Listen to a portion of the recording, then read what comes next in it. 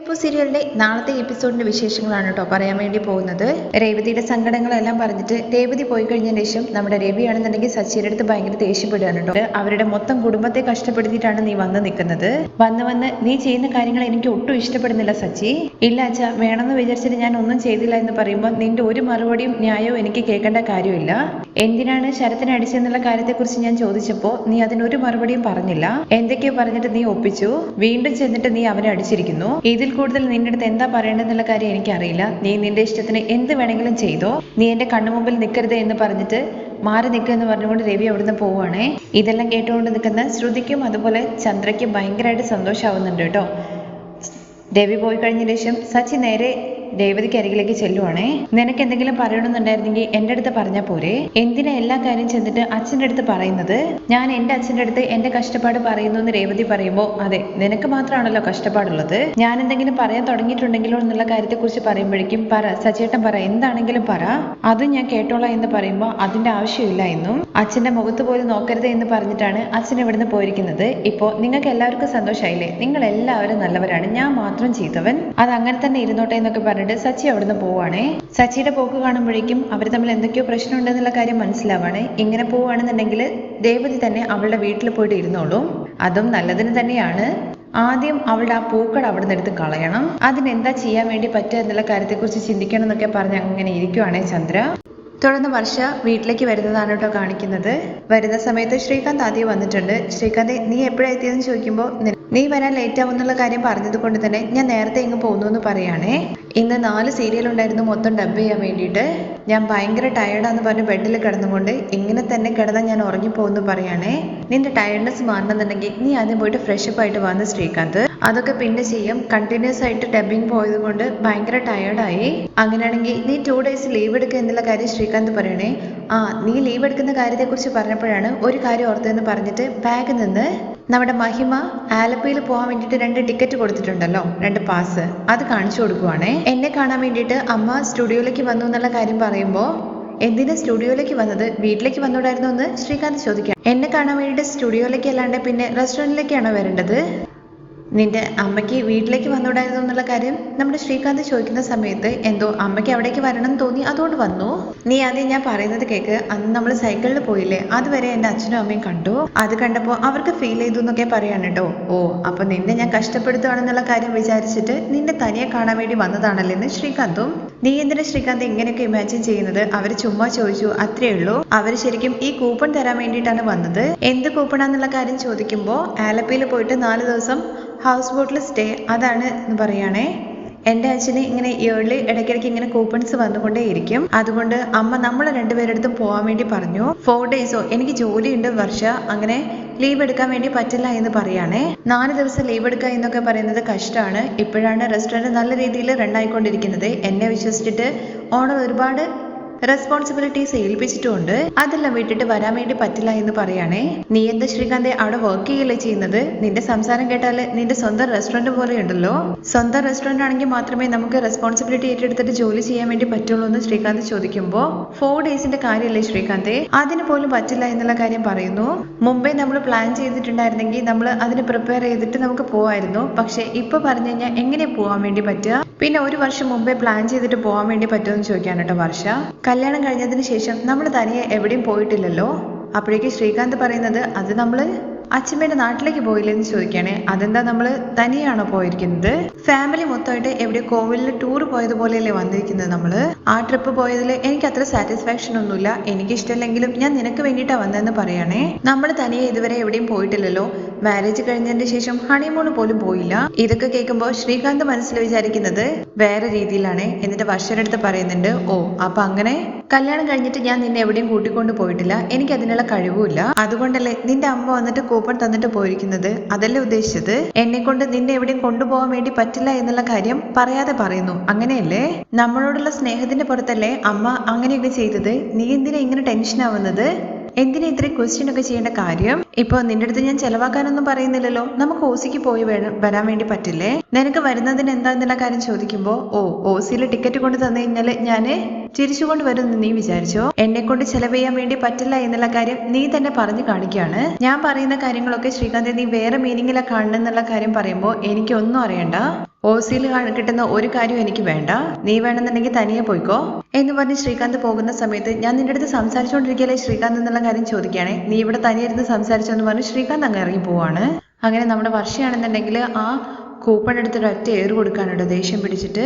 തുടർന്ന് നമ്മൾ ടെറസിലാണെന്നുണ്ടെങ്കിൽ സച്ചി പായൊക്കെ വിരിച്ചിട്ട് കിടക്കാനുള്ള പരിപാടിയാണ്. കിടന്നിട്ടില്ല, അങ്ങോട്ടും ഇങ്ങോട്ടും ഇങ്ങനെ നടക്കുന്നുണ്ട്. അപ്പോഴേക്കും പായം തലനൊക്കെ ആയിട്ട് ആദ്യം വരുന്നത് സുധിയാണ് കേട്ടോ. സുധിയെ കാണുമ്പോൾ തന്നെ സച്ചി വെക്കുന്നുണ്ട്, അല്ല നിനക്ക് ഇങ്ങോട്ട് വരുന്ന പതിവൊന്നുമില്ലല്ലോ, എന്താ ഇങ്ങോട്ട് വന്നെന്ന് ചോദിക്കുമ്പോൾ റൂമിൽ ഭയങ്കര ചൂടാണ്, ആ ചൂടിൽ ഞാൻ കാശ്മീരിൽ പോയി കഴിഞ്ഞാലും ചൂട് കുറയില്ല എന്ന് പറയുന്നുണ്ടേ. അല്ല സച്ചി നീ എന്താ ഇവിടെ? എന്റെ റൂമിൽ അച്ഛനും അമ്മയും കിടക്കുമല്ലേ, അങ്ങനെയാണെങ്കിൽ നിനക്ക് ഹാളിൽ കിടന്നൂടെ? ഹാളിൽ എനിക്കും ചൂടാണ്, അതുകൊണ്ടാണ് ഞാൻ ഇവിടെ വന്നതെന്ന് സച്ചിയും. നീ ഇവിടെ ഉണ്ടാവുന്നുള്ള കാര്യം എനിക്ക് അറിയില്ലല്ലോ, അതുകൊണ്ട് തന്നെ നീ ഒരു കാര്യം ചെയ്യ്, നീ അവിടെ കിടന്നോ ഞാൻ ഇവിടെ കിടന്നോ എന്ന് പറയാണേ. അപ്പോഴേക്ക് സച്ചി വെക്കുന്നുണ്ട്, വീടിന്റെ ഉള്ളിൽ തന്നെ നീ റൂം വേണമെന്ന് പറഞ്ഞാൽ പിടിച്ചോണ്ടിരിക്കുകയാണ്, ഇവിടെ വന്നിട്ട് നീ നിന്റെ സ്വഭാവം മാറ്റുന്നൊന്നുമില്ല അല്ലേടാ, ഞാൻ ഭയങ്കര കലിപ്പിലുള്ളത്, നീ വെറുതെ എന്നെ ഇറിറ്റേറ്റ് ചെയ്യരുതെന്ന് പറഞ്ഞുകൊണ്ട് സുധി അങ്ങോട്ടും ഇങ്ങോട്ടും നടക്കുവാണേ. അപ്പോഴേക്കുണ്ട് അടുത്ത ആള് പായം തലനെടുത്ത് വരുന്നത്, മറ്റാരുമല്ല ശ്രീകാന്താണേ. എടാ നോക്കടാ, ഇടം പിടിക്കാൻ വേണ്ടിയിട്ട് വേറൊരുത്തനും കൂടി വരുന്നുണ്ടെന്ന് പറയാണേ. അപ്പോഴേക്ക് സുധി നോക്കുന്നുണ്ട്. എടാ നീ എന്താടാ ഇങ്ങോട്ട് വന്നതെന്ന് സുധി ചോദിക്കുന്നുണ്ട് ശ്രീകാന്തിന്റെ അടുത്ത്. അപ്പോഴേക്ക് സച്ചി, അവന് ചിലപ്പോൾ ചൂടടിച്ചിട്ടുണ്ടാവും, അതുകൊണ്ടാണ് ഇങ്ങോട്ട് പോകുന്നത് അതേന്ന് ശ്രീകാന്ത് ചോദിക്കുന്നുണ്ട് കേട്ടോ, ശ്രുതി ചേച്ചിയുമായിട്ട് അടിയുണ്ടാക്കിയല്ലേ സുധിയേട്ട എന്നുള്ള കാര്യം, അല്ലാണ്ട് ഞാനിവിടെ വന്ന് കിടക്കേണ്ട എന്ത് കാര്യമാണോ ഉള്ളതെന്ന് ചോദിക്കുകയാണെ. അപ്പൊ സച്ചിയേട്ടനോ, അവൻ അടി ഉണ്ടാക്കിയില്ലെങ്കിലല്ലേ സംശയമുള്ളൂ എന്ന് സുധി. അപ്പോഴേക്കും നമ്മുടെ സച്ചി നോക്കി പേടിപ്പിക്കുന്നുണ്ട് കേട്ടോ. അല്ലടാ നീ പുതിയതായിട്ട് കല്യാണം കഴിഞ്ഞതല്ലേ, അതിന്റെ ഇടയ്ക്ക് ഇപ്പോഴും ഇത്ര പെട്ടെന്ന് പ്രശ്നമായോ എന്നുള്ള കാര്യം ശ്രീകാന്തിന്റെ അടുത്ത് സുധി ചോദിക്കുമ്പോൾ, ഇതിലിപ്പോ പുതിയത് പഴയതെന്നൊന്നുമില്ല, കല്യാണം ആവുന്നത് വരെയാണ് നമുക്ക് സമാധാനം സന്തോഷം ഉണ്ടാവുക. കല്യാണം കഴിഞ്ഞെന്ന് വിചാരിച്ചോ പിന്നെ സമാധാനം എല്ലാം ബസ് കയറിങ്ങാണ്ട് പിറ്റേ ദിവസം തന്നെ പോകും. കല്യാണത്തിന് മുമ്പുള്ള ഒരു പെണ്ണിന്റെ ക്യാരക്ടർ എങ്ങനെ കല്യാണം കഴിഞ്ഞ ഉടനെ തന്നെ മാറുന്നതെന്നുള്ള കാര്യം അറിയില്ലെന്ന് ശ്രീകാന്ത് പറയുമ്പോൾ, ശരിയാണോ നീ പറഞ്ഞത്, കല്യാണത്തിന് മുമ്പ് നമ്മൾ എന്ത് തെറ്റ് ചെയ്തു കഴിഞ്ഞാലും അവര് ക്ഷമിക്കും, പക്ഷെ കല്യാണത്തിന് ശേഷം ഉണ്ടല്ലോ ഒരു ചെറിയ തെറ്റ് ചെയ്താൽ പോലും അത് ഒരു വർഷത്തേക്ക് പറഞ്ഞുകൊണ്ട് നടക്കും. നിങ്ങൾക്കൊക്കെ കല്യാണത്തിന് മുമ്പ് കല്യാണത്തിന് ശേഷം എന്ന് പറയാനുള്ളൊരു അവസരമെങ്കിലുണ്ട്, എന്നാൽ എനിക്ക് അങ്ങനെയുമില്ല. കല്യാണം ആയതിനു ശേഷം ഒരുത്തിയാണെന്നുണ്ടെങ്കിൽ ദിവസം ദിവസം മാറിക്കൊണ്ടിരിക്കുകയാണ്. രേവതിയെ പറയുമ്പോഴേക്ക് ശ്രീകാന്ത് പറയുന്നുണ്ട് കേട്ടോ, ചേച്ചിയെ പറയുന്നു വേണ്ട, തെറ്റ് സച്ചേട്ടന്റെ ഭാഗത്തായിരിക്കും എന്ന് പറയുമ്പോൾ, ഓഹോ അങ്ങനെയാണല്ലേ, അപ്പോ നിന്റെ ഭാര്യയുടെ അടുത്തല്ലേ തെറ്റ്, നീയാണോ തെറ്റ് ചെയ്തെന്നുള്ള കാര്യം ചോദിക്കുന്നുണ്ടേ. അതല്ല സച്ചിയേട്ടാ, പറഞ്ഞാൽ ഒന്നും മനസ്സിലാവില്ല അവക്ക്. മനസ്സിലായല്ലേ, ഇതേ പ്രശ്നം തന്നെ ഞങ്ങൾക്കിടയിലും. തുടർന്ന് സുധി പറയുന്നത്, കല്യാണത്തിന് മുമ്പ് നമ്മൾ പറയാതെ തന്നെ അവർ കാര്യങ്ങളൊക്കെ മനസ്സിലാക്കുമായിരുന്നു, എന്നാൽ കല്യാണത്തിന് ശേഷം നമ്മൾ എന്ത് പറഞ്ഞു കഴിഞ്ഞാലും സബ് ടൈറ്റിൽ ഇല്ലാത്ത ചൈനീസ് പടം കാണുന്നത് പോലെയാണ് നമ്മുടെ അവസ്ഥ. എന്ത് പറഞ്ഞു കഴിഞ്ഞാലും മനസ്സിലാവില്ല. കല്യാണത്തിന് മുമ്പുള്ള ജീവിതമായിരുന്നു നല്ലതെന്നുള്ള കാര്യം ഇപ്പൊ തോന്നുന്നു ശ്രീകാന്ത് പറയുമ്പോൾ, കട്ടെടുത്ത് ഞാൻ തലയിലടിച്ച് പൊട്ടിക്കുന്നു പറയണേ സച്ചി. എന്തിനെന്ന് ശ്രീകാന്ത് ചോദിക്കുന്നുണ്ടേ. ഇതാ ഞാൻ പറഞ്ഞത്, കല്യാണം കഴിഞ്ഞ് കഴിഞ്ഞാൽ പിന്നെ ജീവിതം കോഞ്ഞാട്ടയാവോ എന്നുള്ള കാര്യത്തെക്കുറിച്ച്. എന്നിട്ട് നിങ്ങൾ രണ്ടുപേരും കേട്ടോ. അതുപോരാത്തതിന് നീ ഓടിപ്പോയിട്ട് കല്യാണം കഴിച്ചില്ലേ, മണ്ഡപത്തിൽ വെച്ച് കല്യാണം നടന്ന നമ്മുടെ ജീവിതം അത്ര നല്ലതാണോ എന്ന് ചോദിക്കുകയാണെ സുധി. നീ തന്നെ ഇത് പറയണടാ, നീ എന്നെ പെടുത്തിയിട്ട് ഓടിപ്പോയെന്നല്ലേ, അവിടെ തീർന്നതാടാ എന്റെ ജീവിതം. അതെല്ലാം വിട്ടേക്ക്, മറ്റു കാര്യങ്ങളിൽ 3 പേരും തനി തന്നെയാണെന്നുണ്ടെങ്കിലും ഈ വിഷയത്തിൽ നമ്മൾ 3 പേരും ഒരേ അവസ്ഥയിലാണുള്ളത്. അങ്ങനെ 3 പേരും പരസ്പരം അങ്ങോട്ടും ഇങ്ങോട്ടും നോക്കുന്നുണ്ട് കേട്ടോ. അത് കഴിഞ്ഞ് സുധി പഴയ ഒരു കാര്യം പറയാണ്. നമ്മുടെ ചെറുപ്പത്തിലെ അച്ഛനും അമ്മയും കൂടി അടിയുണ്ടാക്കിക്കൊണ്ടിരിക്കുമ്പോൾ അവർ പരസ്പരം അങ്ങോട്ടും ഇങ്ങോട്ടും പറഞ്ഞ് ആർഗ്യൂ ചെയ്യും. അതേസമയം നമ്മളാണെന്നുണ്ടെങ്കിൽ ടെറസിൽ വന്നിട്ട് കളിക്കും. അതേടാ ശരിയാണ്, ഇവൻ പെട്ടെന്ന് കിടന്നുറങ്ങും, എന്നിട്ട് ഇവനെ നൈറ്റിൽ ഞാൻ കൊണ്ടുപോയിട്ട് വേണമായിരുന്നു താഴെ കിടത്താന്. ലൈഫ് എന്തോരം മാറിയല്ലേ എന്നൊക്കെ ശ്രീകാന്ത് ഇങ്ങനെ പഴയ അയവർക്കിലൊക്കെ ചെയ്തിട്ട് പറയുന്നുണ്ട് കേട്ടോ. അപ്പോഴേക്കും സച്ചി വയ്ക്കുന്നത്, എവിടെ മാറി എന്നാടാ പറയുന്നത്, വീണ്ടും അടി വന്നിട്ട് നമ്മൾ മേലെ തന്നെ വന്ന് നിൽക്കുമല്ലേ. അല്ല സച്ചി, പണ്ട് നീ പ്രശ്നം വരുമ്പോഴേക്കും പോയിട്ട് കള്ളുടിക്കായിരുന്നല്ലോ എന്നുള്ള കാര്യം ചോദിക്കുകയാണേ. ഇപ്പൊ കള്ളു കുടിച്ചു കഴിഞ്ഞാൽ ചില കാര്യങ്ങളൊക്കെ പുറത്തു വരും, അതുകൊണ്ടാന്ന് പറയണേ. എന്ത് കാര്യങ്ങള്? അതൊക്കെ ഉണ്ട്, അത്രേ ഉള്ളൂ. എന്നാൽ ശ്രീകാന്ത് പറയുന്നുണ്ട്, എനിക്ക് വർഷ പറയുന്നത് കേട്ടിട്ട് ആകെ തലപ്രാന്ത് പിടിച്ച് നിൽക്കുവാണ്, കുറച്ച് ഡ്രിങ്ക്സ് കഴിച്ചു കഴിഞ്ഞാൽ ഓക്കെ ആയിരിക്കും എന്നുള്ള കാര്യേ.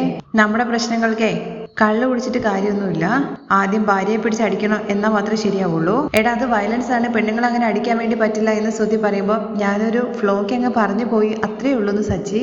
അല്ലെങ്കിലും വർഷയെ അടിക്കാനൊന്നും പറ്റില്ല, അവളെന്തോ കുൻഫു അതൊക്കെ പഠിച്ചിട്ടുണ്ട്, പിന്നെ അവസാനം അവൾ എനിക്കിട്ട് പെരുക്കുന്നു ശ്രീകാന്ത് പറയുമ്പോൾ, എന്താ രേവതി മോശമാണെന്നാണോ വിചാരിച്ചിരിക്കുന്നത്? അന്ന് കല്ലെറിഞ്ഞിട്ട് ആ ചെക്കന്മാരെ ഓടിച്ചത് ഓർമ്മയില്ലേ? ഒരുപക്ഷെ എനിക്ക് ലൈറ്റായിട്ട് കിട്ടുന്നുള്ള രീതിയിലൊക്കെ സച്ചി പറയുന്നുണ്ട്. ഇത് കേൾക്കുമ്പോൾ സുധി ഇങ്ങനെ നോക്കി നിൽക്കുവാണ്. സുധിയെ നോക്കിയിട്ട് സച്ചി പറയുന്നുണ്ട്, ഇവനെ പിന്നെ അടിക്കൊന്നും വേണ്ട, ജസ്റ്റ് ഒന്ന് നോക്കിയാൽ മതി, അവൻ മൂത്രം ഒഴിച്ചോളൂന്ന്. അങ്ങനെയൊന്നുമില്ല, കുറച്ചൊക്കെ ഞാൻ ക്ഷമിക്കും, പക്ഷെ എനിക്ക് ദേഷ്യം വന്നാലുണ്ടല്ലോ ഭാര്യയാണെന്നൊന്നും ഞാൻ നോക്കില്ല. അപ്പോഴേക്ക് ശ്രുതി വന്ന പോലെ ശ്രുതി ചേച്ചി വാ എന്ന് പറയാണ് ശ്രീകാന്ത്. അയ്യോ ശ്രുതി ഇല്ല ഇല്ല ഇല്ല എന്നൊക്കെ പറഞ്ഞിട്ട് ഓടി രക്ഷപ്പെടാൻ വേണ്ടി ശ്രമിക്കാണ് കേട്ടോ ശ്രുതി. പിന്നീടാണ് ശ്രീകാന്ത് ചുമ്മാ കളിപ്പിച്ചതാണെന്നുള്ള കാര്യം ശ്രുതിക്ക് മനസ്സിലാവുന്നത്. എന്നിട്ട് ശ്രീകാന്ത് സച്ചിയും കൂടി ഭയങ്കര ശരിയാണ് കേട്ടോ. കണ്ടില്ലേ അവന്റെ വീരത്വം. അല്ലെങ്കിൽ സുധിയേട്ടൻ ചെറുപ്പം മുതലേ ഇങ്ങനെ തന്നെയാണ്, എല്ലാത്തിനും ഭയപ്പെടും. സച്ചിയേട്ടന് ഓർമ്മയുണ്ടോ? സുധിയേട്ടനെ ചുമ്മാ ഒന്ന് തൊട്ടാ മതി, അപ്പോഴേക്ക് ഇക്ലിയാകും. അതൊക്കെ ചെറുപ്പത്തിലടാ എന്ന് പറഞ്ഞിട്ട് സുധി ഇങ്ങനെ നടന്നു പോകുമ്പോഴേക്കും ആണോ സുധിയേട്ടാ എന്ന് പറഞ്ഞുകൊണ്ട് ഫുള്ള് ഇക്ലിയാക്കാണ് കേട്ടോ. അവിടെ തൊടുന്നു ഇവിടെ തൊടുന്നു ശ്രീകാന്ത്. അങ്ങനെ രണ്ടുപേരും ഭയങ്കര സന്തോഷത്തിൽ ഹാപ്പി ആയിട്ട് കളിച്ചുകൊണ്ടിരിക്കുകയാണ്.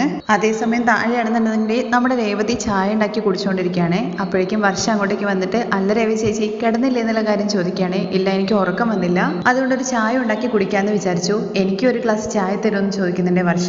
അതിനെന്താ തരാ എന്ന് പറഞ്ഞിട്ട് ഒഴിച്ചു കൊടുക്കുവാണ്. എന്താ പക്ഷേ നിനക്ക് ഉറക്കം വന്നില്ലേ എന്ന് ചോദിക്കുമ്പോൾ ഇല്ല എന്ന് പറയണേ. ശ്രീകാന്ത് ഉറങ്ങിയോ? അത് ഞാൻ ടെറസിൽ പോയി നോക്കിയാലേ അറിയുള്ളൂ. അവൻ അവിടെ കിടന്നുറങ്ങാൻ പോയി എന്ന് പറയാണേ. എന്താ നിങ്ങൾക്ക് ഇടയിൽ എന്തെങ്കിലും പ്രശ്നമുണ്ടോ? എന്ന് വർഷ പറയുന്നുണ്ടേ. അപ്പോഴേക്കും അടുക്കളയിലേക്ക് നമ്മുടെ ശ്രുതിയും കൂടി വരുന്നുണ്ട് കേട്ടോ. വന്നോടെ തന്നെ രേവതി എനിക്കൊരു ചായ കിട്ടുമെന്നുള്ള കാര്യം ചോദിക്കുകയാണേ. തരാ എന്ന് പറഞ്ഞിട്ട് രേവതി ചായ കൊടുക്കുന്നുണ്ട്. ശ്രുതി ചേച്ചി നിങ്ങളുടെ ഹസ്ബൻഡും ടെറസിലേക്ക് പോയോ എന്ന് ചോദിക്കുമ്പോൾ പോയി എന്ന് പറയാണേ. അങ്ങനെ 3 പേര് ചായ കുടിക്കൊണ്ടിരിക്കുന്നതിന്റെ ഇടയ്ക്ക് വർഷ പറയുന്നുണ്ട്, ശ്രുതി ചേച്ചി രേവതി ചേച്ചിയുടെ ഹസ്ബൻഡ് എപ്പോഴും അടിയുണ്ടാക്കി പോവും, അതെല്ലാം നമുക്ക് അറിയുന്ന കാര്യമാണ്. പക്ഷെ സുധേട്ടൻ ഭയങ്കര സോഫ്റ്റ് അല്ലേ, അവരുമായിട്ട് എന്താ പ്രശ്നം എന്ന് ചോദിക്കുകയാണേ. ക്യാരക്ടർ എങ്ങനെയാണെന്നുണ്ടെങ്കിലും ഹസ്ബൻഡായിട്ട് വരുമ്പോൾ എല്ലാവരും ഒരുപോലെ തന്നെയാണെന്ന് പറയണേ. ശ്രുതി ചേച്ചി പറഞ്ഞത് കറക്റ്റ് ആണ്. കല്യാണം ആയതിനു ശേഷം അങ്ങനെ ടോട്ടലി അങ്ങ് ചേഞ്ച് ആയി പോവും. എക്സാക്ട്ലി. കല്യാണത്തിന് മുമ്പ് നമ്മൾ എന്ത് പറഞ്ഞു കഴിഞ്ഞാലും കേൾക്കും. കല്യാണം കഴിഞ്ഞതിന് ശേഷം നമ്മൾ എന്തെങ്കിലും പറയുമ്പോഴേക്കും അവരെ കൺട്രോൾ ചെയ്യുന്നു, ടോർച്ചർ ചെയ്യുന്നു എന്നുള്ള കാര്യം പറഞ്ഞുകൊണ്ടേയിരിക്കും. ശ്രുതി ചേച്ചി പറഞ്ഞത് കറക്റ്റ് ആണ്. കല്യാണം ആവുന്നതിന് മുമ്പ് നമ്മളെ ഇംപ്രസ് ചെയ്യാൻ വേണ്ടിയിട്ട് ഒരുപാട് കാര്യങ്ങൾ പറയും. സ്നേഹത്തിന്റെ പെരുമഴയായിരിക്കും. പക്ഷെ കല്യാണം കഴിഞ്ഞ് കഴിഞ്ഞാൽ നമ്മളെയൊക്കെ ടേക്ക് ഇറ്റ് ഈസി ആയിട്ട് എടുക്കും. ഇത് കേൾക്കുമ്പോൾ രേവതി പറയുന്നുണ്ട്, നിങ്ങൾക്ക് രണ്ടുപേർക്കും കല്യാണത്തിന് മുമ്പ് കല്യാണത്തിന് ശേഷം അങ്ങനെ 2 ഇതുണ്ടല്ലോ. എനിക്കും ഒരാളുണ്ടല്ലോ, ഓരോ ദിവസം ഓരോ പോലെ ഉണ്ടാവുക. കറക്റ്റ് തന്നെയാണ്. ഞങ്ങളെ വെച്ച് നോക്കുമ്പോൾ ചേച്ചിയുടെ കാര്യമാണ് കഷ്ടം. ശ്രീകാന്ത് വളരെ നല്ലവനല്ലേ, നിന്റെ അടുത്ത് ഭയങ്കര ഇഷ്ടമാണല്ലോ, അങ്ങനെ ഒന്നും പറയത്തൊന്നുമില്ലല്ലോ, പിന്നെ എന്താ പറ്റിയെന്ന് ചോദിക്കുകയാണെ വർഷയുടെ അടുത്ത്. ഒന്ന് പോ രേവതി ചേച്ചി, അവനാണോ നല്ലവൻ? പറയുന്ന എല്ലാ കാര്യത്തിനും ഓരോരോ മീനിങ് കണ്ടുപിടിക്കും. ചെറിയ കാര്യത്തിന് പോലും അത് ചെയ്യരുത് ഇത് ചെയ്യരുതെന്ന് പറഞ്ഞുകൊണ്ടിരിക്കും. ശ്രീകാന്ത് അങ്ങനെയാണോ എന്ന് ചോദിക്കാണ് കേട്ടോ രേവതി. തുടർന്ന് ശ്രുതിയാണ് പറയുന്നത് കേട്ടോ, കല്യാണത്തിന് മുമ്പ് കാണണം, നമ്മൾ എന്ത് ചെയ്തു കഴിഞ്ഞാലും തെറ്റ് നമ്മുടെ ഭാഗത്താണെങ്കിൽ പോലും അവർ വന്നിട്ട് സോറി പറയും. എന്നാൽ അവർ തെറ്റ് ചെയ്ത് കഴിഞ്ഞാലും ഇപ്പോൾ നമ്മൾ ചെന്ന് സോറി പറയണമെന്നാണ് അവർ വിചാരിക്കുക. ചേച്ചി പറയുന്നത് കറക്റ്റ് ആണെന്ന് വർഷയും. നിങ്ങളൊക്കെ സോറി പറയുന്നുള്ള കാര്യത്തെക്കുറിച്ചെങ്കിലും വിചാരിക്കുന്നു, പക്ഷെ ഞാൻ എന്താണ് ചെയ്യേണ്ടതെന്നുള്ള കാര്യം അറിയാത്ത അവസ്ഥയിലാണ്. കല്യാണത്തിന് മുമ്പ് ഒരുപാട് നന്നായിരുന്നു. രാവിലെ എണീക്കും, വീട്ടിലെ കാര്യങ്ങളൊക്കെ ചെയ്യും, പൂ മേടിക്കാൻ വേണ്ടി പോകും, പൂ കെട്ടാൻ വേണ്ടി പോകും, അമ്പലത്തിൽ പോയിട്ട് ജോലികളെല്ലാം ചെയ്യും, തിരിച്ചു വന്ന് അച്ഛനും അമ്മയുമായിട്ട് സംസാരിച്ച് നല്ല സന്തോഷമായിട്ട് കിടന്നുറങ്ങും. ഞാനും അങ്ങനെ തന്നെയായിരുന്നു. ഡബിങ്ങിന് പോവായിരുന്നു, മൂവിക്ക് പോവായിരുന്നു, റെസ്റ്റോറൻറ്റിൽ പോവായിരുന്നു. തനിയാണെന്നുണ്ടെങ്കിലും ലേറ്റ് ആയിട്ടാണ് വീട്ടിലെത്തുക. എൻ്റെ അച്ഛനും അമ്മയും ചോദ്യം ചെയ്തിട്ടേ ഇല്ല. അങ്ങനെ വർഷ ശ്രുതിയുടെ അടുത്തും ചോദിക്കുന്നുണ്ടേ, ശ്രുതി ചേച്ചിയും അങ്ങനെ തന്നെ ആയിരിക്കുമല്ലോ കല്യാണത്തിന് മുമ്പ് എന്നുള്ള കാര്യത്തെക്കുറിച്ച്. അപ്പോഴേക്കും ശ്രുതിക്ക് ആകെ ഒരു എന്തോ പോലെ ആവുന്നുണ്ട് കേട്ടോ. എന്താ പറയേണ്ടതെന്നുള്ള കാര്യം അറിയാത്തൊരു അവസ്ഥയിൽ ഇങ്ങനെ നിൽക്കുവാണ്. പിന്നെ പറയുന്നുണ്ട്, എല്ലാവരും അങ്ങനെ തന്നെ ആയിരിക്കുമല്ലോ ഉണ്ടാവുക. കല്യാണ ജീവിതം എന്ന് പറയുന്നത് ഞങ്ങൾ കെട്ടുന്ന പൂ പോലെ തന്നെയാണ്. രണ്ടുപേർക്കും നല്ല പോലെയാണെന്നുണ്ടെങ്കിൽ നല്ല സ്മെല്ലും നല്ല രീതിയിലൊക്കെ ഉണ്ടാവും. പക്ഷെ പോയി അത് കരിഞ്ഞ് വാടിപ്പോകും. അതുപോലെ തന്നെയാണ് ജീവിതവും. ചേച്ചിയുടെ പ്രൊഫഷൻ വെച്ചിട്ട് കറക്റ്റായിട്ട് അതിനൊരു മറുപടി പറഞ്ഞു എന്ന് വർഷ പറയാണ് കേട്ടോ. എന്തായാലും 3 പേരുമായിട്ട് അടിയുണ്ടാക്കി പോയത് നമുക്ക് ഗുണമായില്ലേ. ഇപ്പൊ നമുക്ക് 3 പേർക്കും ഇരുന്ന് നന്നായിട്ട് സംസാരിക്കാൻ വേണ്ടി പറ്റിയില്ലേ. അറ്റ്ലീസ്റ്റ് നമുക്കിടയെങ്കിലും ഒരു ബോണ്ടിങ് വരുന്നു പറയുകയാണെ. അങ്ങനെ കുറച്ചും കൂടി ചായയൊക്കെ ഇങ്ങനെ ഒഴിച്ച് 3 പേരും കൂടി കുടിക്കുന്നുണ്ട് കേട്ടോ. കല്യാണം കഴിഞ്ഞതിന് ശേഷമാണ് ഇതെനിക്കൊരു പുതിയൊരു എക്സ്പീരിയൻസ് ആയിട്ട് തോന്നുന്നത്. കല്യാണം കഴിഞ്ഞ് പ്രശ്നം ഉണ്ടാക്കി കഴിഞ്ഞ് കഴിഞ്ഞാൽ അവൻ്റെ പാടിന് പോവാം. ഇതൊക്കെ നടക്കുന്ന കാര്യം എന്ന് ചോദിക്കുമ്പോൾ ഞങ്ങളെന്താ 2-3 കല്യാണം കഴിച്ചിട്ടുണ്ടോ, എക്സ്പീരിയൻസ് വെച്ച് പറയാൻ വേണ്ടിയിട്ട് എന്നുള്ള കാര്യം ചോദിക്കുകയാണ് രേവതി. അപ്പോഴേക്കും ശ്രുതിക്ക് ആകെ ടെൻഷനാവുകയാണ് കേട്ടോ. അതെ അതും ശരിയാണെന്നുള്ള കാര്യം പറയുന്നുണ്ട്. എന്തായാലും നമ്മളുമായിട്ട് അടിയുണ്ടാക്കി പോയിട്ട് 3 പേരും കൂടി അവിടെ ടെൻഷൻ അടിച്ചിരിക്കുമായിരിക്കും അല്ലേ എന്നുള്ള കാര്യത്തെക്കുറിച്ച് ഇവർ പറയുമ്പോഴാണ് കേട്ടോ മോളിൽ നിന്ന് നിൽക്കണ എന്നൊക്കെ പറഞ്ഞിട്ട് ഭയങ്കര കളിയും ചിരിയുടെ ഒക്കെ സൗണ്ട് കേൾക്കുന്നത്. അങ്ങനെ 1 മിനിറ്റ് എന്ന് പറഞ്ഞ് രേവതി ആദ്യം പോയി നോക്കുകയാണ് കേട്ടോ. അങ്ങനെ 3 പേരും കൂടി ചേർന്ന് നല്ല സന്തോഷവും കളിയും ചിരിയൊക്കെ ആയിട്ട് നിൽക്കുവാണ്. പക്ഷേ നമ്മുടെ വർഷ വിചാരിക്കുന്നത് ശ്രീകാന്ത് ഇവളുമായിട്ട് ദേഷ്യപ്പെട്ടു പോയതാണല്ലോ, അതുകൊണ്ട് ആകെ മൂഡ് ഓഫ് ആയിട്ട് ഇരിക്കാവൂ എന്നുള്ള കാര്യത്തെക്കുറിച്ചാണേ.